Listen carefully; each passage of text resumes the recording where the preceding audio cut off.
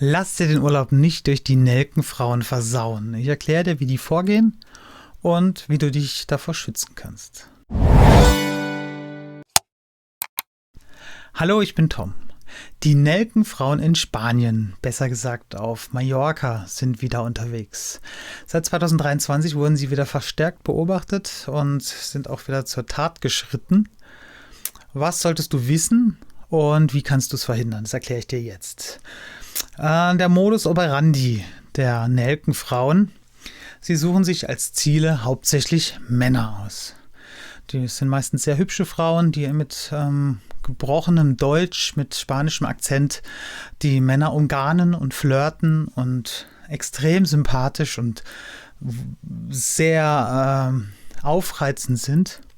Die Männer lassen sich dann oft einlullen und beginnen ein Gespräch, und während dieses Gesprächs und dem Flirten stecken dann die Nelkenfrauen dem Mann eine Nelke an oder sie drücken ihm die Nelke in die Hand.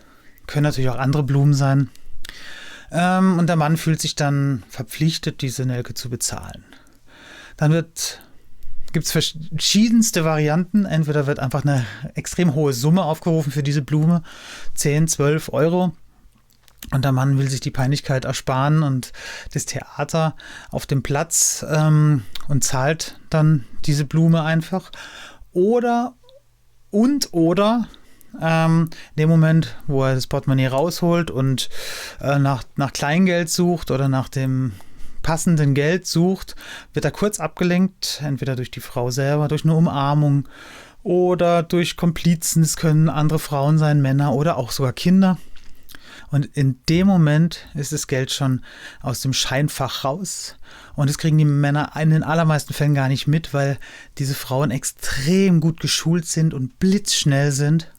Oder auch natürlich die Komplizen, dass man das als Opfer erst merkt, wenn alles zu spät ist, wenn die Frauen schon längst wieder mit ihren Komplizen in der Menschenmenge verschwunden sind und man erst hinterher merkt, oh, jetzt hat es mich auch erwischt.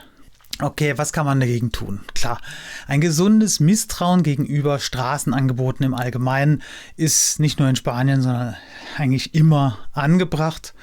Man sollte immer im Hinterkopf behalten, es könnte jetzt auch nicht einfach nur ein Angebot sein, etwas günstig zu kaufen, sondern es könnte auch mehr dahinter stecken. Und deswegen sollte man vielleicht so die Hand am Portemonnaie haben und den Rucksack vielleicht zu und fest an sich halten. Einfach schon mit dem Bewusstsein drangehen, es könnte was dran sein, es könnte jetzt was passieren. Dann kann man schon sehr viel verhindern. Besser ist natürlich noch einfach sich gar nicht drauf einlassen, gleich abblocken und freundlich der Dame mitteilen, dass man kein Interesse hat und sich dann auch zügig und schnell entfernen, dass da gar kein Gespräch und gar keine Berührung zustande kommen kann. Generell ist natürlich, muss man sagen, diese Varianten sind sehr zahlreich. Wie gesagt, die sind extrem gut, die sind professionell, die sind vor allem organisiert. Das sind in den allermeisten Fällen nicht 0815 Taschendiebe oder Einzelgänger. Das ist oft oder in den meisten Fällen organisiertes Verbrechen. Das sind organisierte Banden, die sogar die Polizei ablenken. Weil die Polizei ist natürlich auf der Hut. Die haben Angst um ihr Image und lief ja auch sehr lange sehr gut. Die Nelkenfrauen waren quasi verschwunden, sind jetzt aber wieder vermehrt aufgetaucht, weil die auf frischer Tat zu ertappen so schwer ist. Deswegen ist die Polizei da auch relativ oft machtlos oder sie werden sogar selber abgelenkt und somit können sie nicht sehen, was gerade vor ihren Augen abgeht. Die Nelkenfrauen sind hauptsächlich natürlich in den Touristengegenden zu finden, wie in Palma, in Magaluf und El Arenal. Natürlich, wo viele Touristen sind. Da sind auch die versuchen, diese Touristen abzuzocken. Was es übrigens auch gibt, es gibt auch männliche Nelkenfrauen, Nelkenmänner. Naja, es gibt diese Variante auch von Männern, die sich dann hauptsächlich Frauen als Opfer aussuchen und die umgarnen und ein Selfie machen wollen oder eine Umarmung oder ein Küsschen und dabei dann der Raub stattfindet. Auch hier natürlich gleiches Vorgehen, gleiche Varianten, Vielzahl. Wenn ihr das jetzt aber schon mal gehört habt, dann klingeln vielleicht die Alarmglocken, wenn ihr auf Mallorca seid und es kommt freundliche Person auf euch zu und spricht euch an und flirtet aus dem heiteren Himmel, die ihr nicht kennt.